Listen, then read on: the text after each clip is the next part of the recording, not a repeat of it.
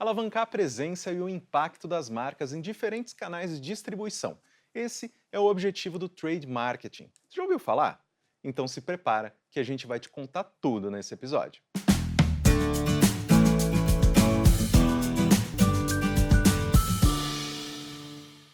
Olá, pessoal. Eu sou Caio Corraine e está começando o Lifelong Cast, o podcast do profissional em constante movimento, um programa da SPM para você se preparar para o futuro do trabalho e dos negócios. Ter o produto à disposição do cliente já não é mais o suficiente para garantir as vendas.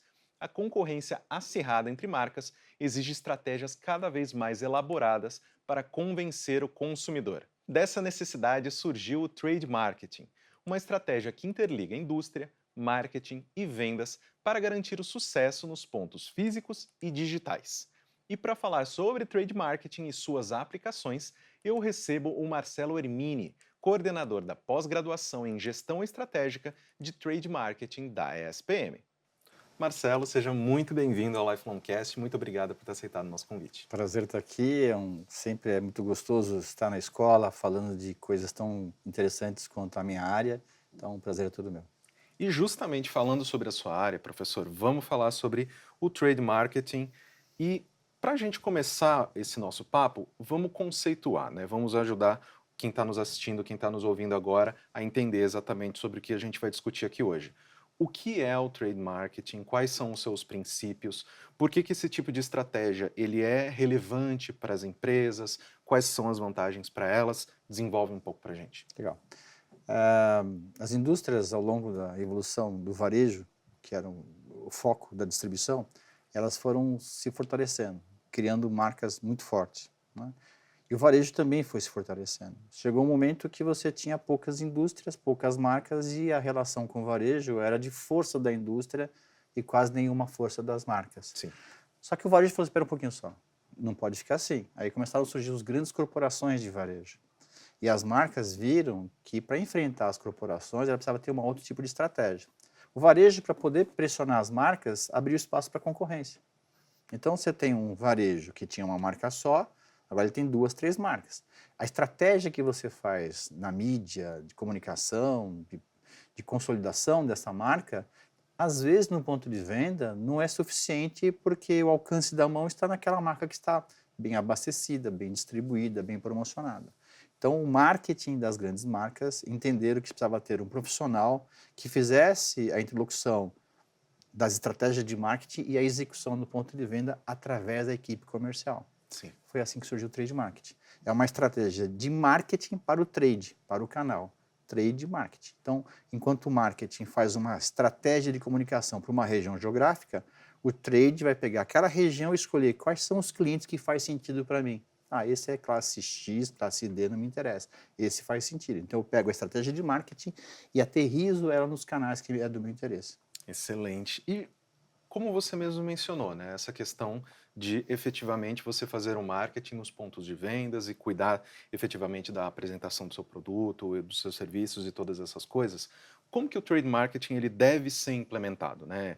Existe um passo a passo, as boas práticas, quais são os pilares dessa estratégia? Primeiro que trade marketing, ele não é necessariamente um departamento, mas uma cultura.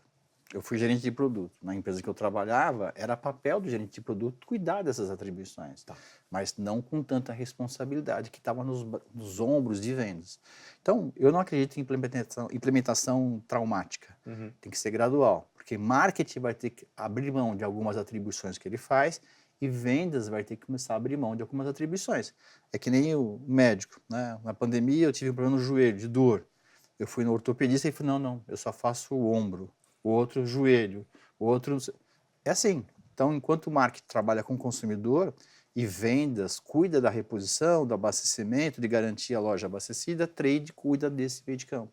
Ou seja, permitir que as estratégias de marketing cheguem lá. Então, você não pode ter uma estratégia de implantação da sua área de trade de uma maneira traumática. Tem que ser gradual. Tá, o que você faz aqui no marketing, o que você faz em vendas, o que vai impactar nos canais. E diga-se canais físicos e digitais. Sim. Pode ser que uma estratégia de trade seja treinamento da equipe do seu distribuidor, do seu atacadista, uma campanha de incentivo, que não passa nem perto da marca. Ou pode ser que seja organização na Gonda, treinando equipes de merchandising e coisas mais. Exatamente. E justamente falando dessas aplicações do trade marketing, professor, quais são os erros mais comuns na implementação dele? Subestimar o processo. É incrível. Eu trabalhei muitos anos com isso e muitas empresas colocam o trade numa posição muito tática ainda, né? Graças a Deus está acabando isso. Trade tem a capacidade de interpretar o canal. Enquanto o marketing se preocupa pra caramba com o consumidor, o trade consegue entender qual é a jornada desse shopper, desse consumidor quando está na loja. Então, quando ele subestima o processo, quando ele subestima a importância do ponto de venda, física ou digital, que acontecem os maiores problemas. Então, o trade ele tem um viés mais estratégico. As empresas modernas elas estão demandando profissionais que tenham visão estratégica. E é isso que está faltando no mercado. Mas você consegue colocar alguns exemplos de alguns erros que você já, que efetivamente você percebe? Obviamente que não precisa efetivar, essa marca aqui, porque o nosso objetivo não é nem efetivamente, né, fazer esse tipo de crítica. Mas alguns tipos de erros que você fala, olha, eu consegui identificar, a empresa conseguiu identificar que por conta desse tipo de implementação, a gente teve um grande problema lá na frente, por exemplo. Ok.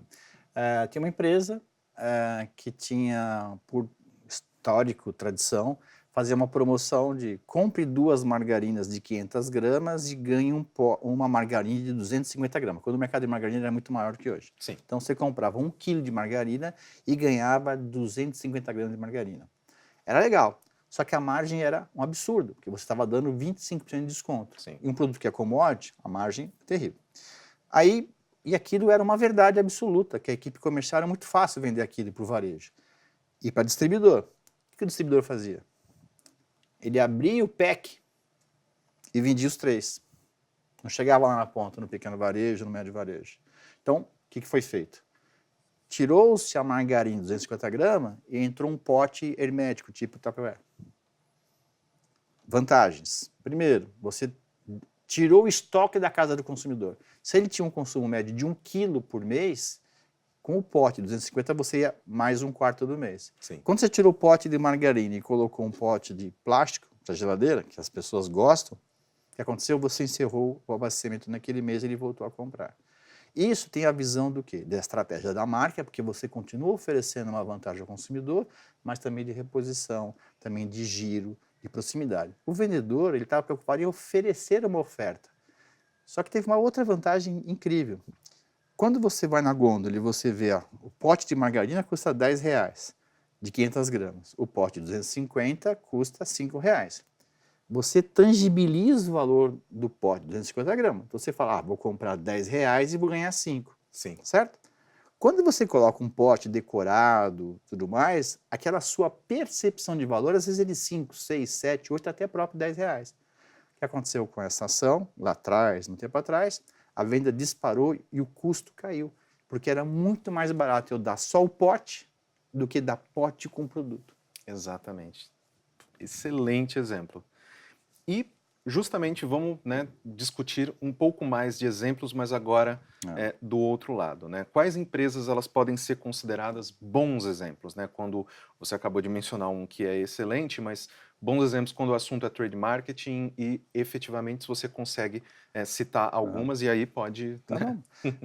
Eu fui convidado para ser trade, eu trabalhava na Vigor, uma empresa de laticínios, e eu tinha esse papel marketing e vendas quando alguém me convidou para ser trade marketing, né? Eu não sabia o que era.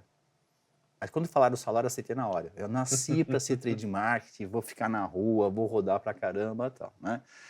Essa movimentação dessa empresa fez com que eu fosse para uma outra grande empresa, a Bunge, Santista Alimentos, que não tinha nada escrito, nada formalizado. E quando eu fui conhecer as operações, era muito ligado a merchandising, promotores que ficam em loja abastecendo as gôndolas.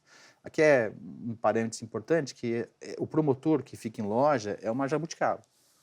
Se você for explicar para uma multinacional que você tem uma equipe sua dentro do varejo abastecendo, ele vai achar estranho, porque isso é atividade fim do varejo.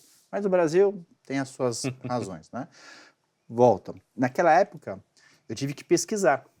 Então, quando eu fui investigar quais eram as empresas, em 1996, que estavam implementando trade marketing, era Unilever, Coca, Procter, Colgate, Sorriso, Colinos, empresa Johnson & Johnson, referência de mercado. Essas empresas trouxeram o conceito de trademark para o Brasil e elas continuam. Tem casos de empresa nacional que fazem? Tem, mas essas empresas foram as que desbravaram o mercado do trade e ensinaram todos nós o que funciona a trade. E por uma sorte tremenda, nós temos alguns professores do nosso time aqui que foram os responsáveis por implementar essa época na América Latina. Então, o que nos falta, a professora Tânia, a professora Tati, que não falta é conhecimento para poder dar continuidade a esse processo. E professor, aproveitando que a gente está falando sobre o mercado, eu queria falar também um pouco sobre o profissional, né, do trade marketing, né? Então, que formação que essa pessoa precisa ter? Porque, querendo ou não, a gente está discutindo aqui sobre um caso bem específico dentro né, da área do marketing, da área de efetivamente a gente promover os nossos produtos e serviços, mas que a gente não discute tanto, não é aquela coisa, vou fazer publicidade para poder trabalhar com trade. Não é algo que é tão difundido assim. Então, quem é essa pessoa? Que formação que ela tem? Eu vou te judiar. Para qual segmento de mercado? Por quê? Se eu venho de uma empresa agro, eu tenho vários veterinários, vários agrônomos que assumiram esse papel. Sim. Então, e a mesma coisa em empresas de engenharia, a mesma coisa em empresas de serviços. Nas nossas turmas, eu tenho sempre advogados, engenheiros, agrônomos, publicitários, administradores, relações internacionais, numa grande quantidade de profissionais com esse perfil, né? A gente sabe que o profissional, quando faz a faculdade, nem sempre a gente tem certeza a trajetória que a gente vai ter. Sim. Né? Veterinários, por exemplo. Tem muitos veterinários que saem da área de atendimento clínico e vai para fazer venda de produtos, abastecimento de farmácias, fazendas, né, do agronegócio e tal. Às vezes é isso que acontece. Então, o trade marketing, ele navega por várias das áreas, várias formações, e a gente vai recebendo notícias das mais diversas. O ano retrasado, eu estava dando um curso e uma aluna falou assim, você nunca vai adivinhar de qual mercado que eu venho, que eu trabalho em trade marketing. Tá bom, qual que é? Eu trabalho numa rede de cemitérios no Nordeste. Caraca! Aí eu falei, para tudo, que eu quero entender. Professor, não é você que fala nos seus podcasts, seus vídeos, que se tem canal, tem trade? Nós temos canais, nós temos a equipe que vai fazer ativação em hospitais, tipo, se precisar. Nós temos a equipe que visita centros comunitários para fazer carnezinho para as pessoas receberem. Nós temos showroom dos nossos empreendimentos. Nós temos folheteria, nós temos vários canais. Nossos parceiros fornecedores, o pessoal de granito, de floricultura, de grama. Pois é. Interligação de canais. Então, às vezes, a gente fica pensando assim, a gente fica pensando na lojinha, mas a Avon, Natura tem trade. E a gerente de trade foi nossa aluna aqui. Sim. Ela implementou porque as revendedoras influenciam você. E hoje em dia uma revendedora dessa tem um catálogo. Avon, Natura, tem vários catálogos. Ela vai vender aquilo que é mais interessante para ela. Uma comissão melhor, um incentivo melhor, que é o caso do promotor, o caso do corretor. Entendeu? Então, não importa necessariamente a carreira, mas para mim a ocupação dele. É a mesma coisa quando envolve exportação. Às vezes você precisa de um profissional que tem experiência, que a gente, às vezes, constantemente a gente liga. Nós temos um professor aqui do nosso curso na pós-graduação de canais digitais, que ele era diretor da América Latina. Vira e mexe, ele fala, pô, Hermínio, eu estou precisando de um profissional para trabalhar na Colômbia. Quem aceita lá ser trade? Acontece. Então, a formação pode ser de qualquer área, desde que a pessoa tenha a demanda de ser um interlocutor entre marketing e vendas. Agora, a característica principal desse executivo, visão estratégica e flexibilidade. Porque o dia começa pela manhã com um objetivo, ele termina com uma outra realidade. É muito rápido, ainda mais se for em canais digitais. Excelente. E, professor, finalizando a nossa conversa, eu queria olhar para frente, né? Quais são as tendências para o trade marketing para os próximos anos? Quais que vão ser os maiores desafios para os profissionais que atuam nessa área? Primeiro é a atualização constante. Hoje está acontecendo uma coisa muito importante, que é quem criou o trade foi a indústria para suportar as estratégias no varejo. Quando era o vendedor e o comprador forçando a barra com o vendedor, a coisa tinha uma lógica. Aí o vendedor começou a trazer alguém de marketing. Foi assim que aconteceu comigo. Eu comecei a acompanhar a equipe de vendas na rua, em épocas de negociação, de jornais, aniversários e tal. E aí o comprador começou a colocar o executivo de marketing do varejo para ter uma interlocução aqui. Sim. Muito bem. Aí, marketing não estava meio, né? Colocou alguém de trade. O que está acontecendo agora, nos últimos 5, 6, 7 anos, 10 anos? O varejo contratou a equipe de trade marketing. Então tem uma interlocução lateral. E agora, mais recentemente, que está bombando. Empresas de serviço montaram o trade marketing. Se você falar assim, você compra seguro, né? Quem que é seu trade? Quem que é o trade seu? Quem que é o canal? É o corretor. Você fala assim, ô fulano, eu queria comprar um seguro, tal. Ah, seguradora tal, tá com uma oferta. Tá. Ele vende o que ele quiser para você. Então, as empresas seguradoras, elas entenderam que ela precisa trabalhar melhor o corretor. O corretor virou trade. Então, as empresas de serviço montam estruturas de trade e marketing para trabalhar essa relação. Aí você fala, caramba, a indústria expandindo, Brasil, né? Cada vez mais empresas de várias faixas de estrutura implementando a área de trade marketing estratégico, não o tático. O tático já ficou para trás, que é só o promotor em loja, né? Para discutir em bom nível com o varejo, montando estruturas de trade marketing. Agora vem a área de serviço, montando a área de trade marketing. Cadê a fábrica de profissionais de trade marketing que você tem aí? Abre o armário e pega 2 ali. Não tem. E surge novas tecnologias, retail media, é a nova palavra de ordem. Quem vai tocar isso? Quer negociar com o varejo, investimento em telas, investimento em comunicações e ações. Então, se a gente pensar que o grande desafio agora é a formação. Tenho 3 funcionários na minha empresa, na minha frente, que eu preciso contratar para vir dentro da minha empresa, dentro da minha função.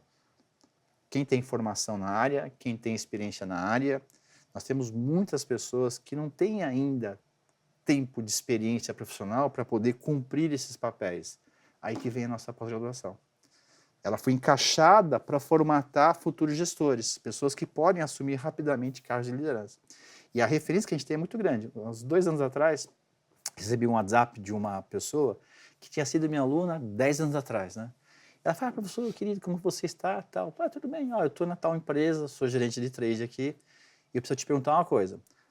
A pessoa é sua aluna? Está na pós-graduação? Eu falei, tá. Ah, legal. Por quê? Não, porque está participando de um processo aqui, nós estamos em dúvidas em 2. E quando ela falou que está fazendo sua pós, a gente entende a formação que ela vai ter, porque eu fui sua aluna, a gente vai optar por ela. Ela foi contratada. Então, igualdade de condições, nós somos iguais, mas você tem uma SPM, você tem uma formação numa pós, o mercado vai preferir por você. Exatamente. Marcelo, muitíssimo obrigado por ter vindo aqui no nosso programa. Muito obrigado por ter oferecido aí tanto seu tempo quanto seu conhecimento para a nossa audiência. Eu quem agradece, e falar de trade sempre é prazeroso. Muito obrigado. Eu espero que você tenha gostado do episódio de hoje. Não se esqueça de seguir o Lifelongcast na sua plataforma de streaming favorita e avaliar o programa. Muito obrigado, te vejo no próximo. Tchau!